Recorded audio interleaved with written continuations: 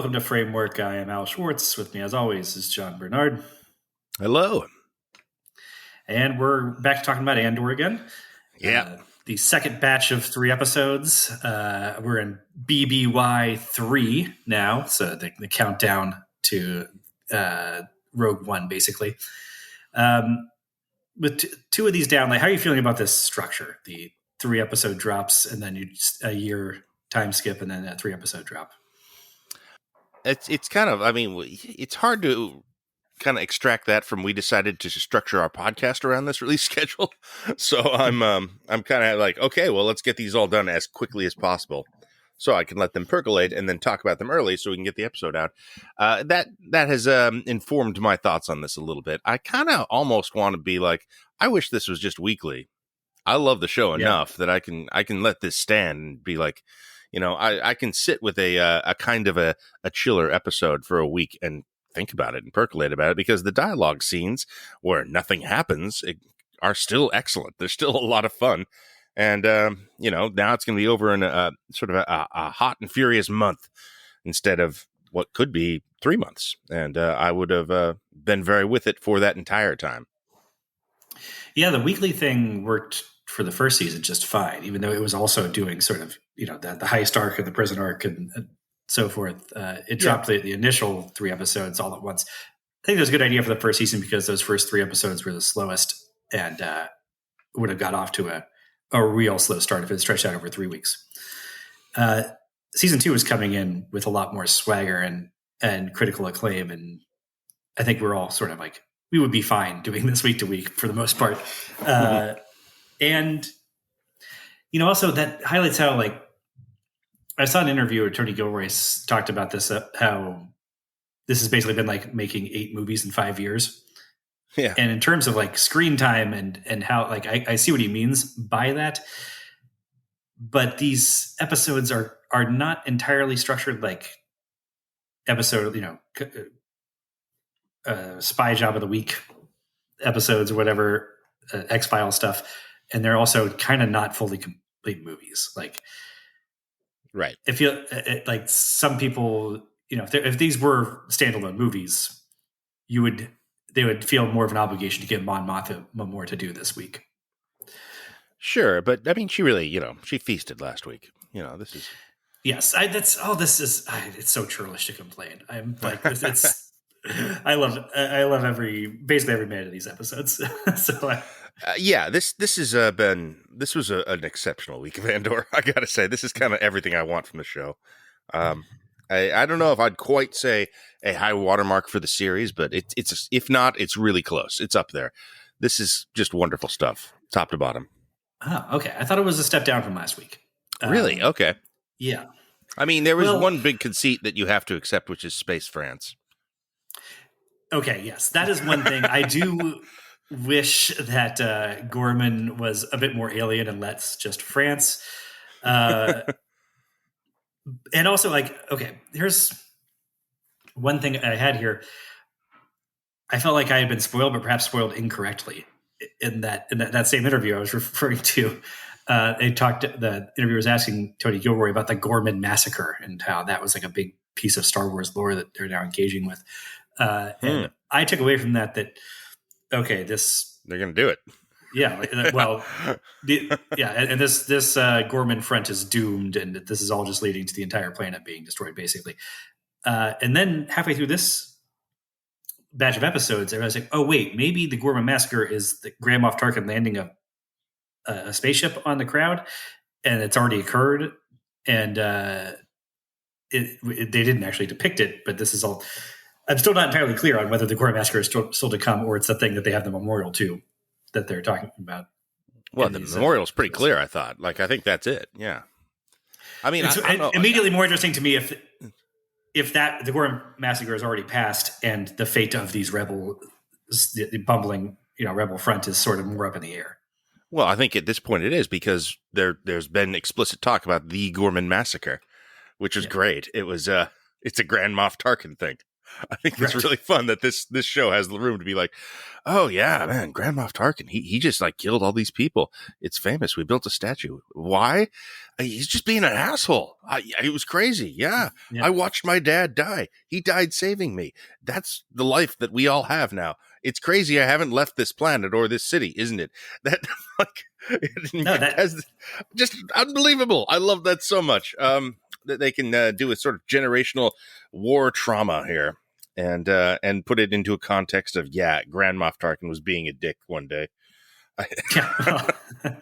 As a New Yorker that works in a hotel, maybe not far from Ground Zero, I have to see how that dialogue scene in particular might have resonated with you. Yeah, exactly. But it's also just great. I mean, this Diego Luna getting to do as like debonair spy stuff allows him to like loosen up as much as the show has ever let him do. Great new color for Andor and this week doing all of that. Loved seeing it. Loved seeing him kind of fuck it up too. That was great. Well, I mean, did he fuck it up is a sort of a question. It put him in conflict with Luthen, and for all I'm saying, like it's great actually to think that maybe the Gorman front could succeed in some way or whatever. They're still pretty screwed. It feels like because we're getting a lot of like twinning in these episodes, and part of it is that both Luthen, the Rebel Spy Master, and Partagaz, the Imperial Spy Master, both know what the Gorman front is up to, and both kind of want them to fail. Which they want the same thing for like different strategic reasons. Yeah. Yes, and that that means they're probably pretty screwed. Those poor French bastards. Or are we just going to be gone in a year? Probably not. It feels like there's unfinished business on Gorman. Yes. I assume we're moving forward a year next week, which means more Gorman probably, but not necessarily, I guess. I mean, this could have been the end of it. Well, this is not like another of my minor sort of structural quibbles here, is that for as much as I see the utility in the 3 episode chunks that each do the year time jump, it confuses me. The timeline of the Star Wars established lore is Andor's biggest enemy, as we kind of mentioned last week. And here, I think, at the Nazi conference last week, they established that they need this this mineral under Gorman so bad for the Death Star project that they need to just frack the planet to death and blah blah. And that, like, being willing to go to these lengths to acquire this mineral is at odds with but also we have 3 years to lay track for this with an elaborate propaganda campaign. It's like, well, if you have that much time to do it, do you not have time to figure out an easier way or a less destructive way of getting them, like mining the mineral or something? Like, are there alternatives? My impression was that they would like that to happen, but they were contingency that they, being kind of uncreative Imperials, were almost already decided they were going to do. Sure. And my no prize explanation too is that they're not ready for whatever, like the reflector lens that they need that for the Death Star weapon. Like, they're not to that part of the project yet anyway. Sure. Yeah. So that's how I mentally write it off in my head. So the other thing that one more gripe before we get on to just the pure praise. Sure. I mean, not since the Simpsons episode where with McBain's partner has anybody had the flashing, like, about to die sign over their head harder than Cinta during this heist, where there's like nothing else at stake because we know that the Imperials are onto it and letting it happen. I'm fine with it because, well, honestly, Cinta, not the most interesting character on this show. I kind of had to be reminded of who she was a little bit. And her death resulted in, a convenient death, perhaps. It resulted in one of those great Andor scenes, that result of that resolution, very memorable. I would agree with you, sort of all worth it to get to that monologue that's just absolutely brutal for a Star Wars thing, No kidding. It is like we had some walrus men show up this week, still not as many as I would like, but like putting that next to that withering monologue where she tells him he'll wear it like skin the rest of his life is it's a really striking contrast. Yeah, great stuff. In fact, the entire Val plot line was kind of my least favorite stuff this week. And then it resolved in that way. And I was like, well, it paid off pretty good, didn't it? Kind of thing. It got there for me. And, the Val Cinta relationship, honestly, I never cared too much about this. It never felt impactful. It never really felt like a good motivating factor for anybody, or I never cared to check in with those guys. So having it kind of nipped in the bud early and dramatically, not bad. Cinta's actual death was kind of dumb, but I guess that's the point. And yeah, it's all worth it for that monologue. It was. I feel like the Cinta character just didn't quite launch ever. No. I don't want to I've never seen the actress in anything else, so I don't know if it's that she lacks presence. I think it's more that, as is unusual for this show, she was given a single note to play in the first season and not really developed past that. Even up until now, the development was so rapid. It's like, oh man, you are out of here with this profession of love. There are these other actresses in the show that are just the most incredibly flinty, steely, overwhelmingly powerful figures you can imagine. I still don't know Luthen's assistant's name, but goddamn, Kleya. Yeah. Jesus, incredible. Val, of course, is the better part of that couple too, and so Val is the one that keeps going naturally. And yeah, Mon Mothma. It's like it's not a field for the Cinta character to grow well in. I'm afraid there's just too many more interesting, better actors. I don't want to say that, but more interesting characters that are like sharing the screen with her. So, this is an appropriate way for it to end really well, in most respects, and it gives the heavy lifting to someone else. God, what an asshole I feel I'm being there. No, I mean, I kind of agree with you that, well, I do think there was a seed of that. The Vel Cinta relationship should have been more interesting, I feel like, because one, I think that the Vel character is really interesting and it's hard to pin down exactly how the show feels about her. It's great that they have this spy figure who is more fallible than our boy Andor. Like she's more of a wild card because, one, she doesn't have the plot armor that he does, but also she is not as generally hyper competent as him and might just fuck up, not out of lack of commitment, but just because she's kind of not built or trained for this exactly. She's had to learn on the job. And having her in a relationship with this underling who is more hyper competent and colder, she's more flappable than the underling and all that. That was potentially interesting. And in the Aldani heist arc, there were some interesting moments that came out of that. And I don't know. It's one of the rare instances where I feel like the show didn't take full dramatic advantage of the potential there. But I suppose we're out of it. It's not like you said, we lack for other strong female characters to do spy stuff on this show between Mothma and Vel and Bix and Deidre Miro, of course. Yeah, everyone. It's it's a stacked ass cast, no question. And of course, Kleya was her name. Yes. Do we want to hold on to that because it's so good? I almost do. Well, let's stay on the rebel side because otherwise we're going to talk about the Imperials. Yeah, and that I was fucking gripping the arms of my chair while she's turning a screw in this,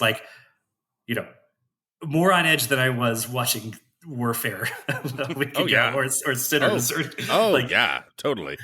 This is one of the greatest scenes of this type I've seen in a very long time. Hitchcock shit here. I loved this. This was super fun, and that you can do this in a Star Wars show. I don't know. We're going to get repetitive saying versions of that. I think it's amazing that this fits into a Star Wars world. Yes, of course, but I don't know. Can you think of a comparable scene in Star Wars? I mean, other than something that appeared in Andor, I guess. No, I mean it is like you said, straight out of Hitchcock, and it's such simple. It's I need to turn the screwdriver, and it's stuck, and you need to block the people's sight lines for me. It's very analog tactile stuff, and that goes along with we talked about this the overall approach to this. Like I was just so delighted that they went to a bodega to shop for groceries this week. But also they're doing spycraft with sci-fi space fuel that they're getting huffing the fumes of. And they're trying to get this, mineral for a Death Star, space laser lens, but also this is a screwdriver malfunctioning. That's what it comes down to. That just works kind of whether it's the 1800s or, Star Trek. And having Ben Mendelsohn, bringing him back to just do some banal pontificating as the countermeasure to that, will his sort of line of bullshit get close enough to them to blow the whole thing? It's just so good. Yeah. All right. I guess we got to talk about the Imperials and Mendelsohn then too. I love how, like you said, banal, he makes Krennic's evil better. It's such, he's not saying anything interesting. He's an office manager. Yeah. He's puffed up. He's not just evil. He's just annoying. He's yeah. And it's infuriating that a man this kind of shallow and uninteresting has power. And yet he is pretty interesting, but he's just sort of so small. He's not. Well, Mendelsohn's an interesting actor and manages to make that interesting, but he is a person with unremarkable ideas. I guess the project he's working on is pretty remarkable. So maybe he has a great engineering mind, but everything we hear him say, even Rogue One and this, it's just that he is, an office manager scheming to climb the ladder a little bit. He kind of craves advancement and reputation, and and in a really small way, and is sort of single-minded in his pursuit of those things, which is kind of true of everybody, I guess, on the Imperial side. It's man, I can't say enough good things about these guys. I don't know. We're gonna hold off on that. I want to talk more about Luthen. I think we're okay. Yeah. Luthen, sure. This is this character at his best. I think this is how you use this guy. He's wonderful as always, but you give him a very clear kind of somewhat diabolical plan that makes some sense. The way he is talking to characters, the way he is playing characters, his big scene with Andor in the third episode is fantastic. It's so good. His scheming. It's just some of my most favorite stuff to watch in this show. And I love that they're taking him up to basically the point of being a villain. I mean, it wouldn't surprise me if he ends up being an antagonist in some way this season. If I don't necessarily want that to happen, but that's the direction it's going, and sort of necessary if we are just kind of continuing with the conceit of this character. If we are resolving his arc as established by the famous monologue in season 1, he is doing Empire shit essentially. He is using the weapons of his enemy. They did toy with making him an antagonist in season 1, where he spent several episodes of that season trying to track down and murder our titular hero. Yep.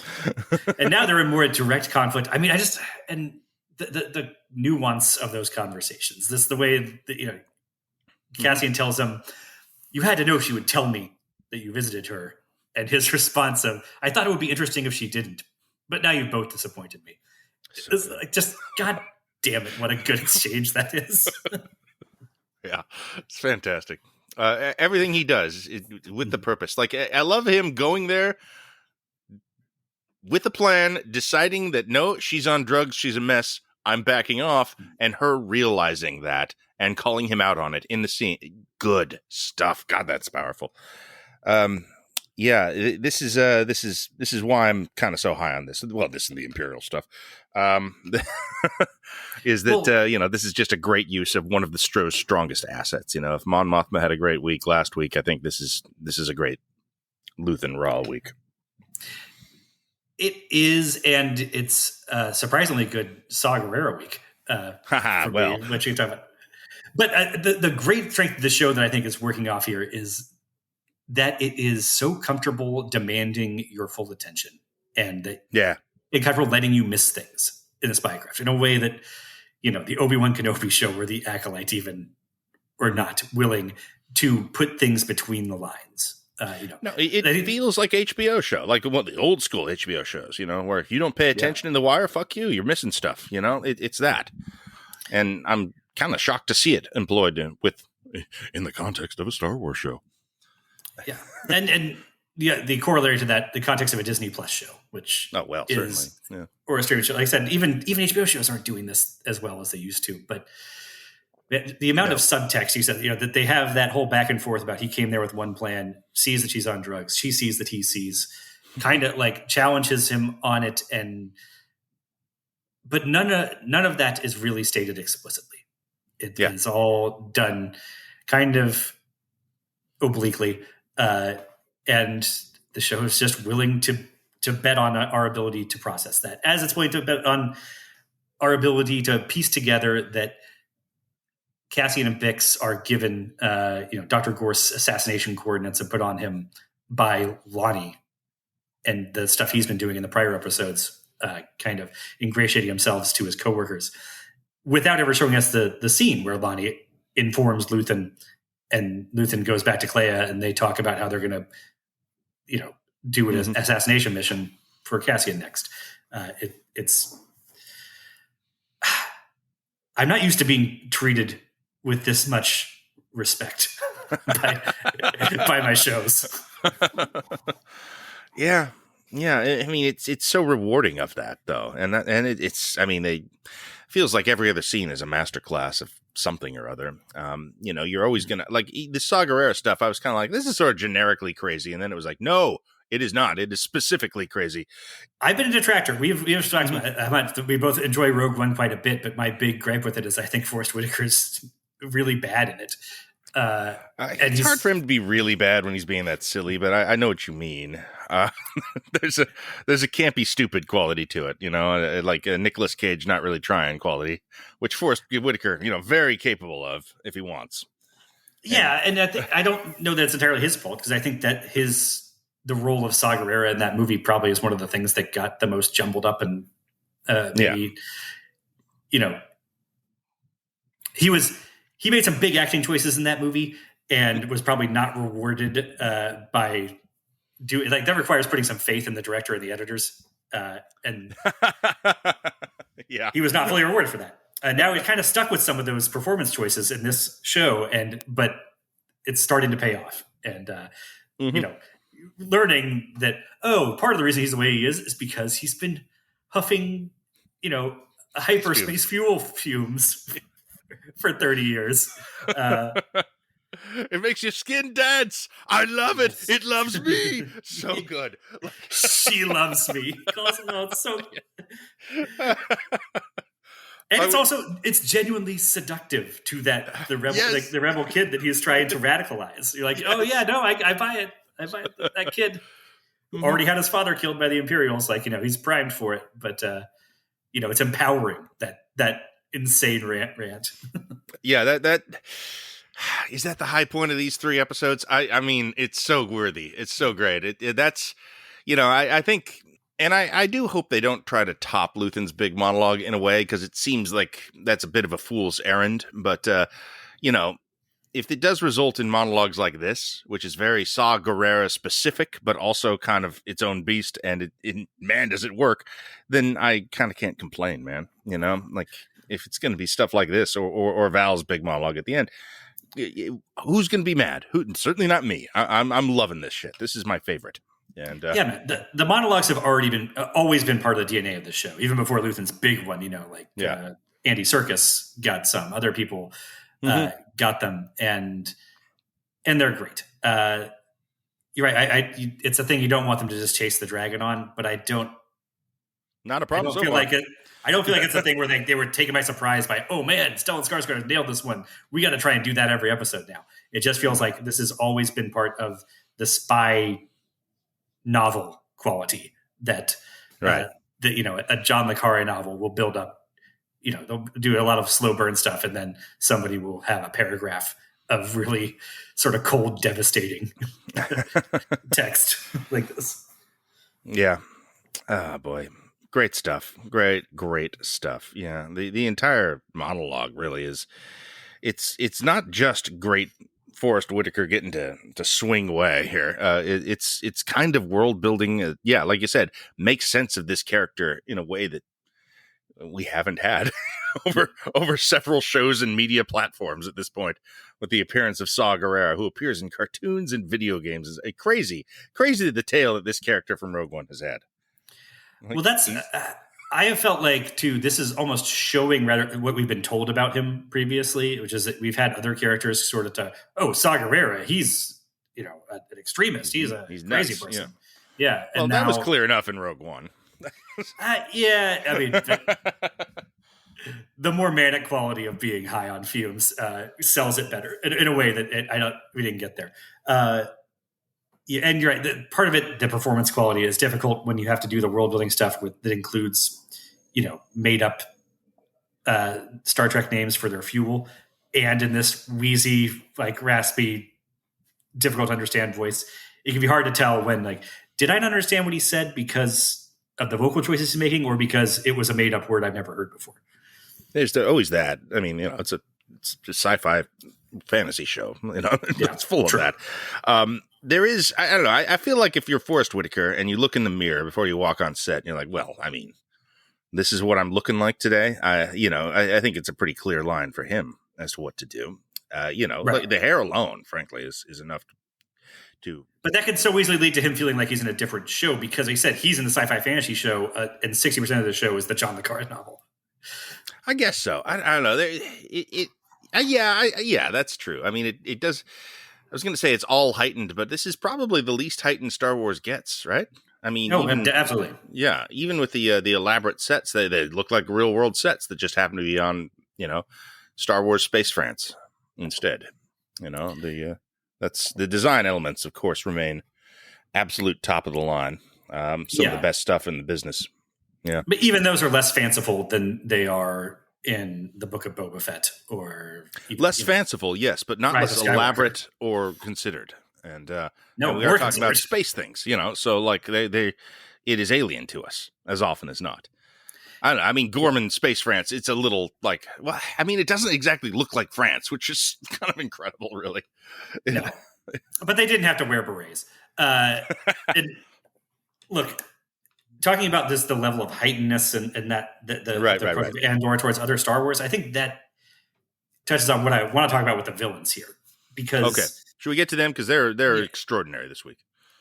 Yeah, I mean, my thinking is, I think Tony Gilroy excels at writing villains. Yeah, and his way of doing it generally is by not making them any more villainous than they have to be for the story to play out, and that can seem like it would be a really bad fit for Star Wars, where the villains are she fucking Darth Sidious, goddamn Palpatine, and Jabba the Hutt, right?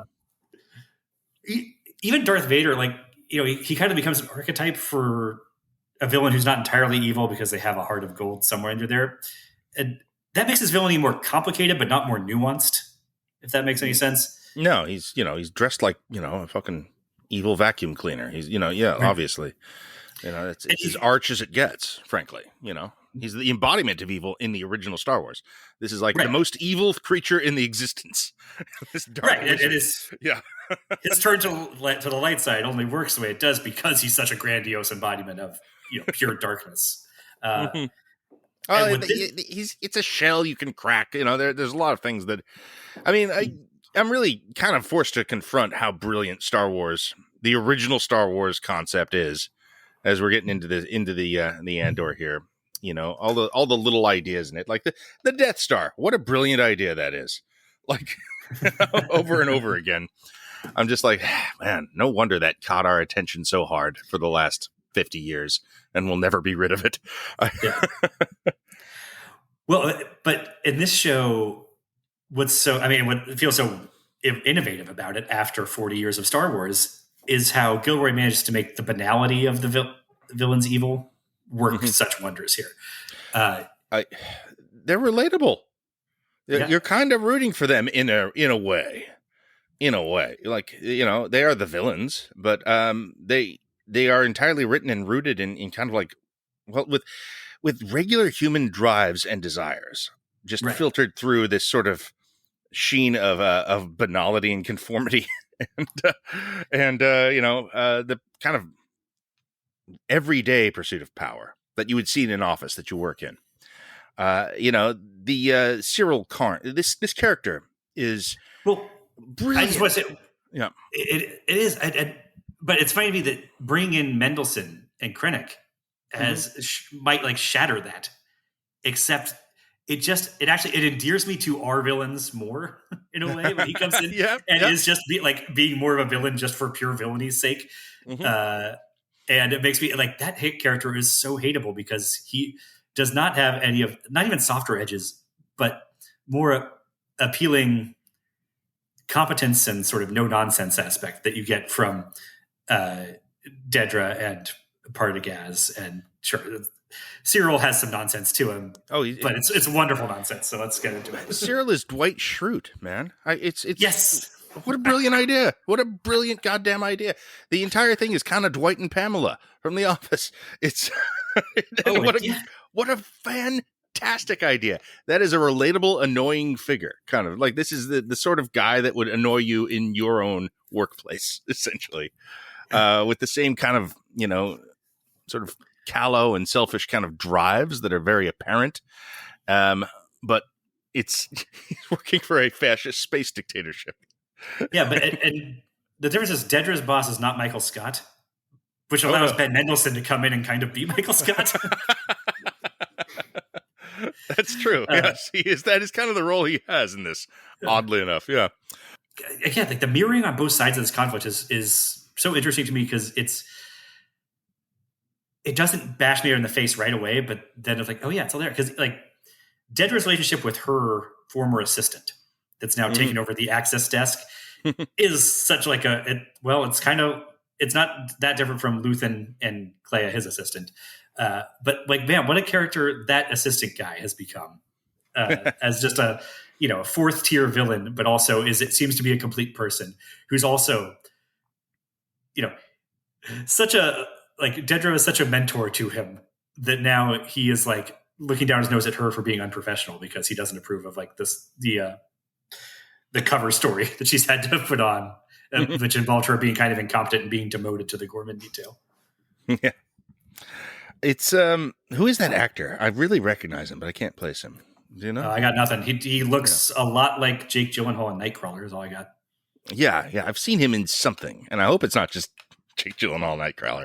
I feel like I've seen him around. He's not quite the guy from It. He's not quite David Dastmalchian. He's close though. Anyway, I'll remember it at some point. He's great stuff. What's the Master Qyburn Partagaz? What's the actor's name? Anton Lesser, I believe. Okay, good. I'm delighted that he has not been forgotten because of Mendelsohn. As we were talking about, there was a fear that might happen, with a bigger profile actor coming in to play a bigger asshole Imperial, and they have done right by Partagaz. He has one of the funnier exchanges this week. And he's right in the thick of it with Dedra. Yeah, I think it's so important to keep him around too because he has a competence to him that Mendelsohn's swishier, more over the top villainy would not bring. And that's like with Dedra, very good at her job, and I think making a villain good at what they do is the best way to make them like an intimidating opposing force for sure, and also make them appealing to watch in a way. And then I think going back to what I said about Gilroy not making them more evil than you have to, if what that character is doing is as evil as working for the space Nazis, then you don't need to really like layer in more overtly evil affectations and personality traits for characters like Syril and Dedra to be both appealing and like purely villainous. Like we're not rooting for them, but we like watching. Yeah, I mean, because they both kind of do want normal things, really. I mean, there's an arch element to it because space Nazis, but at the same time they kind of want love and acceptance and advancement and just a success. That's what they're after, and and the system definitely has them, funneled into a specific lane here. The evil spy craft fascist lane, indeed. So it's you're never going to be on their side, but they are relatable nonetheless, and small and human and good hangs essentially the whole way through. Let's not get carried away. Like they're great to watch. They're super fun. Oh, you mean for the audience, just like secondhand? Yeah, I wouldn't want to be at dinner with Syril's mom and Deidre, but I would go to the party with Lonnie and her Deidre's old assistant, getting hammered on their fancy drinks. Mm-hmm. Yeah, I mean, I'm sure there's some good Imperial parties there. If you're not like in threat of getting revealed and murdered, that's.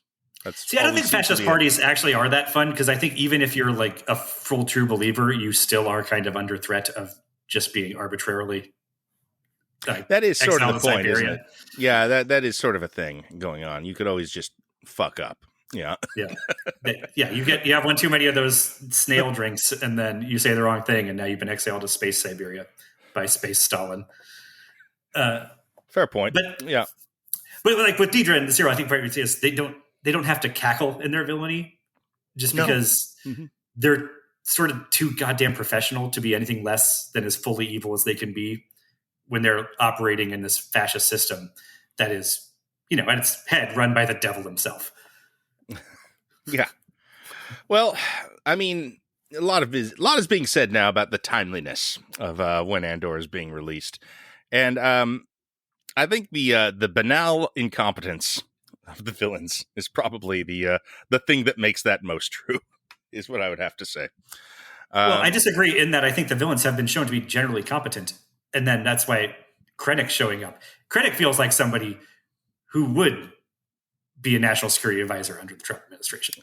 Okay, who's not. That's kind of what I'm talking about. Yes, but I don't know that our current leadership has the space for the level of competence that Partagaz and Deidre bring. Well, what they do have that I do think that our current administration does have would be a sort of drive to sabotage and betray one another. Yes. There is not quite a circular firing squad. That's for the leftists, which is very well portrayed in Dandor as well. But more just sort of very, very literal this week. But in this case, yeah, it's just like they are constantly kind of pitted against one another, which seems to be the operating structure. Partagaz is doing that. With his table full of guys. Even back to season 1, it's about kind of let's see who fucks over somebody else better. And he does it with a little more openness and competence than I feel like Krennic would do. Oh, definitely, yes, definitely. Yeah. But Krennic would also employ a similar strategy, just in a sillier way, one imagines. I think he does in Rogue One, in fact. Yeah, when everybody's afraid to speak up, and then Lonnie does and says, we're arresting too many people. We don't have time to actually get anything useful out of them. And again, great mirroring of that with Luthen freaking out at his assistant, yelling about how we have too much. We have too many lies going, too many plates spinning to keep straight anymore. And you're acting like it's under control. But within that meeting, Partagaz rewards him and says explicitly, "Thank you for demonstrating to us how this chamber is supposed to work." And whereas I feel like Krennic would be like, "Well, you win this week, Lonnie, and that means that the bald guy next to you goes in the box of pain from Hook." Yeah, I mean, but you can't always trust that from Partagaz too. Remember when you're doing an excellent job, Syril. He knows what he's doing there. For example, oh my God, Syril, Dwight the spy. I started out complaining, and now just like remembering thing after thing that is wonderful in this. Like Syril, what a terrific spy! Because the show realizes something so great. On paper, his arc does look like he should be thoroughly disillusioned with the Empire. And what those French rebels can't possibly understand, because they haven't seen what we have, is that, the Empire has abused him thoroughly and given him every reason to defect, but he fucking loves it. Yeah. He's a bit of a pain pig when it comes to this shit. This is this is exactly the right character to write as an antagonist in Star Wars right now, especially for this show. He's wonderful, and I love that he's probably going to get fucked over here. Yeah. I love how vague we're being about that so far, but it feels like it's going a certain Neil LaBute kind of way here. Well, again, but I don't know. I don't know. I'm not actually sure what Deidre's going to do. I'm actually kind of not quite clear where her true feelings and alliances are. I mean, I assume to the Empire, but I'm not sure. I don't know what's going to happen here. Oh, Deidre's not going to choose Syril over the Empire. I can promise you that much. But I love the uncertainty I have about where the Syril character is still going to this point, because I think they've made room still where he's being kept in the dark about what the real purpose of the Gorman operation is. Mm-hmm. And there's still room for him to be genuinely shocked and appalled by that if the entire planet gets destroyed, and for him to have the sort of face turn that he's pretending to have right now, and probably not like. I don't think he can do that. I mean, it'd be interesting if anything can pull that off. I would believe this show would, but man, I don't know. Again, I love that I still have uncertainty around that character. That's something that is in. I mean, one, it's something that I like in my storytelling anyway. It's why I'm such a big fan of Game of Thrones, because it was so unpredictable for so long. But especially in a context like this, a prequel series within such an established, tightly sort of controlled franchise, it seems to leave the least room for genuine uncertainty and unpredictability. And this show managed to do that on a character level that is really impressive to me. That's why Syril remains so compelling as a figure, because it still probably I'm an idiot for thinking that he could still awaken a conscience, but it's still a glimmer of possibility. Well, that's the interesting thing about this Space France for me, is that it is so plainly kind of evoking Les Miserables. And the Javert character fulfills the exact role that Syril has here, which is that he is, he's working for the state, and he is going undercover to infiltrate the resistance faction to kind of weaken them from the inside and feed them false information, report on them. They're really leaning into that, frankly, the choice to have them speak French is, I think, the one that I'm just like, was that the mistake? Was that the one thing that maybe they shouldn't have been doing? Just speak English and be French-like in a lot of other ways. There's so many questions that come about, and Star Wars probably just shouldn't deal with language. It's kind of at this point, it's very, very difficult to make sense of how language works in Star Wars at this point, right? I mean. Oh, but I love it. You can have anybody speak any form of gibberish, and when it's convenient, the other characters all know that language. Mm-hmm. That's part of that is the flexibility that I think you get from Star Wars campier aspects. That's fine. That's the stuff that Andor is leaning away from, obviously. So yes, we're getting very French gibberish here. Yeah, I don't know. I mean, I guess I was kind of agreeing with what you're saying, but not. It's a weird one. I was, they really put a fine point on it with the language there. Whereas I could go with, just like, well, we have berets and, there's some little things like that, but no, they make it explicit there. And I guess the point is to remind us of Army of Shadows, or, any of those great kind of French resistance films, that I'm sure Tony Gilroy is a big fan of. Rome, Open City, I guess that'd be Italian, but same deal. Kind of the classic era of those. And that's a fantastic flavor to hit.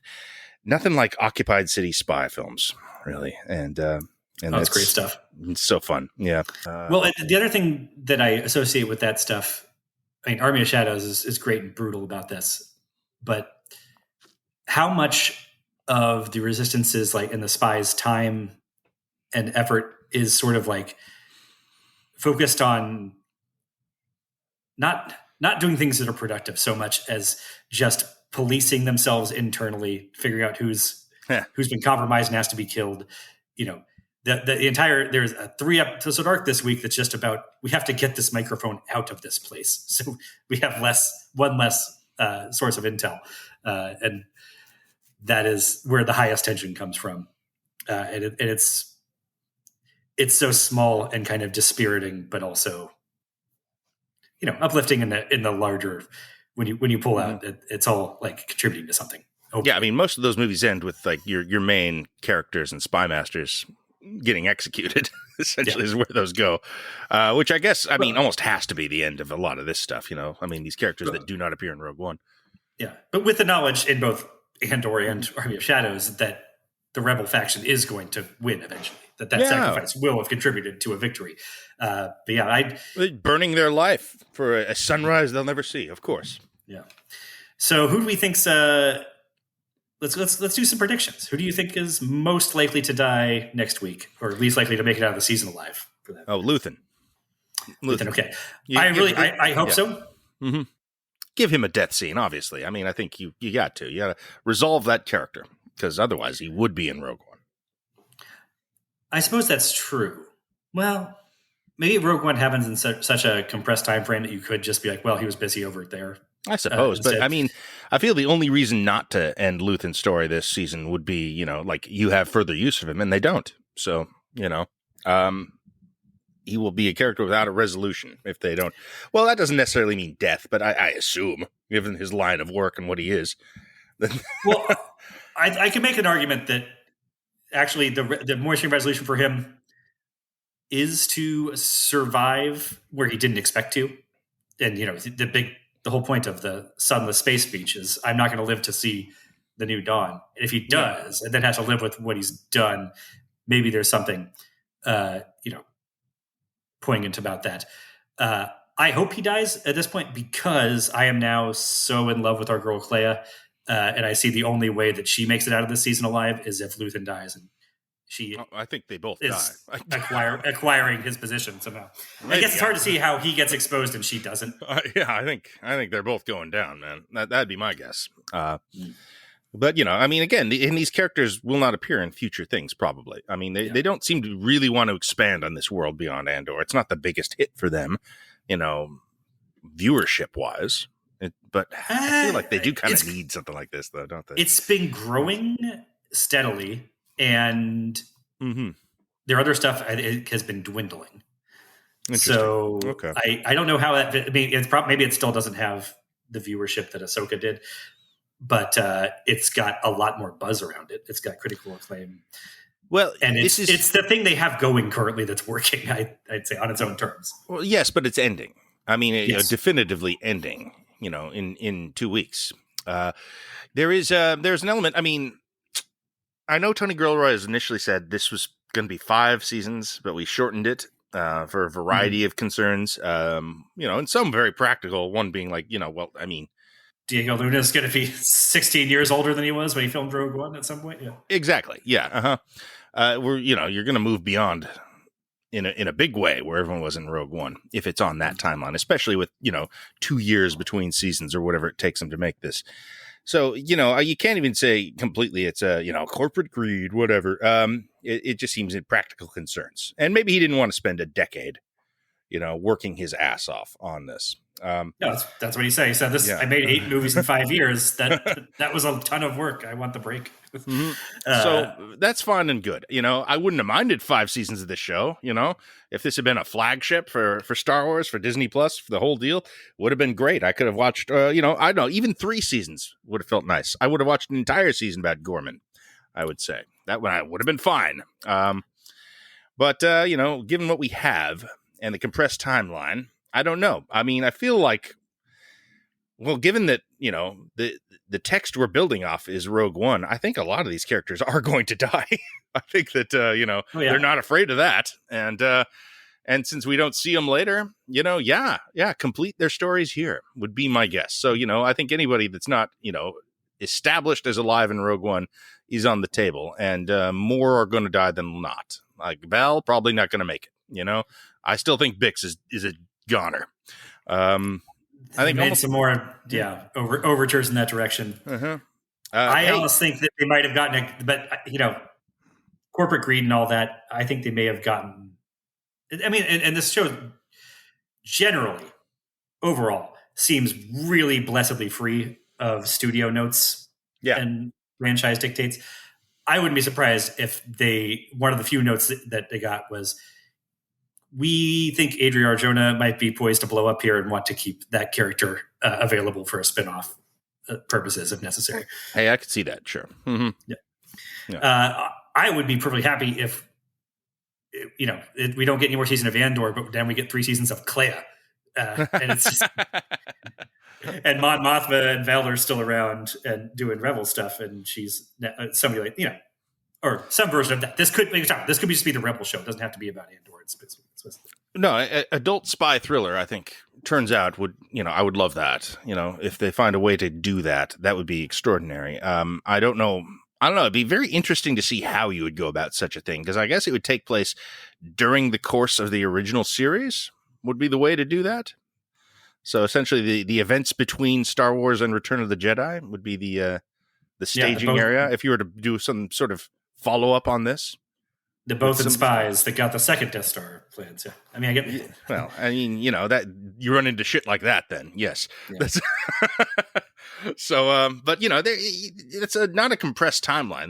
There's a lot of air between those films. A year, 2 years, whatever. How long between Star Wars and Empire. To establish them on Hoth. So, I don't know.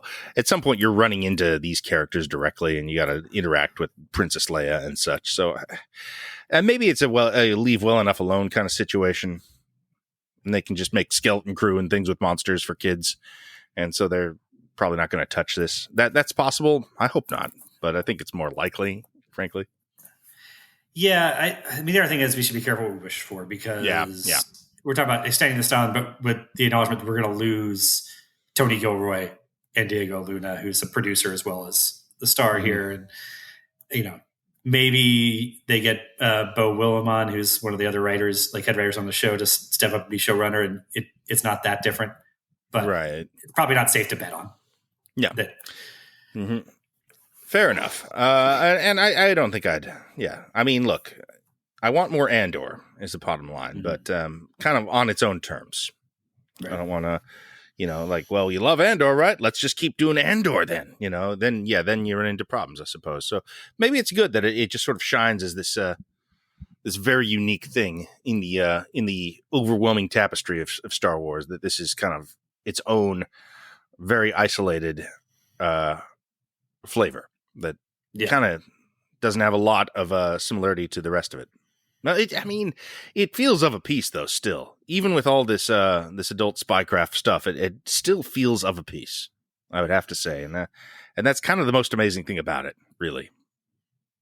Yeah, and I think we talked about this last season too. But it would be great too if somebody just took the lesson of, you can do this type of sort of hardcore spycraft stuff in a Star Wars context, and rather than trying to do 6 more seasons of the Kare spycraft stuff, but maybe we can just do a full-blown Western in a Star Wars setting, or that gangster movie we're always being threatened with. I mean, that's the truth of it. Like, Book of Boba Fett has as much potential on paper as this to be good. Right.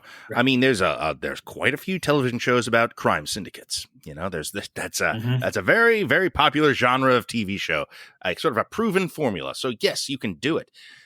Why don't you do it? They did it, I guess, and they did a bad job, which is the X factor. You have to execute it well and at a high level for it to be as successful as Andor, which is of course the hardest part. I don't know. I part of me just wants them to go nuts and do like, we're doing legal thriller. We're doing it's a version of ER that we're doing, Star Wars medical drama, go for it. This is a perverse and difficult part of you, yes, but it. But if they can do it at this level, it'll work. If they can't, then it'll be Book of Boba Fett. Right. All right. I think we talked about almost everything from this week. Is there anything else that we didn't touch on? Let's see. Imperials, Saw Gerrera, Luthen. The French. Not the French, the Gorman resistance, I thought was pretty interesting, well used. I liked the lead actor, plays the sort of the intellectual. He went from being the Nazi that gets his head bashed in with a baseball bat in Glorious Bastards to the leader of the French Resistance. Yeah, very, very fun. I'm really familiar with him from playing a Nazi vampire on the Guillermo del Toro show, The Strain. So it's fun to see that show did exist. Oh, I watched every season of The Strain. That's one of my weird little guilty pleasures, and he was great on it as a Nazi vampire. I'll repeat. Yeah. So fun to see him in this context. Let's see. Spiders. I don't know. Are we going to get our big spider scene, or are they just going to be this weird little gift that people give, and they're like, "Oh, thank you for this spider." I don't know. I think it might just be weird little gifts. But again, I love the spycraft that Syril's getting into, and he's actually really good at like play acting the frustration with the security forces and all that. But then his like giddiness when he gets back to home base and gets to report to Spy Mommy and Spy Daddy. I think this is the best. Would it ruin the moment if I said this was the best moment of my life? Yeah. Oh, what a dweeb. All right. We'll be back next week with 3 whole new episodes of Andor. Yes, sir. All right.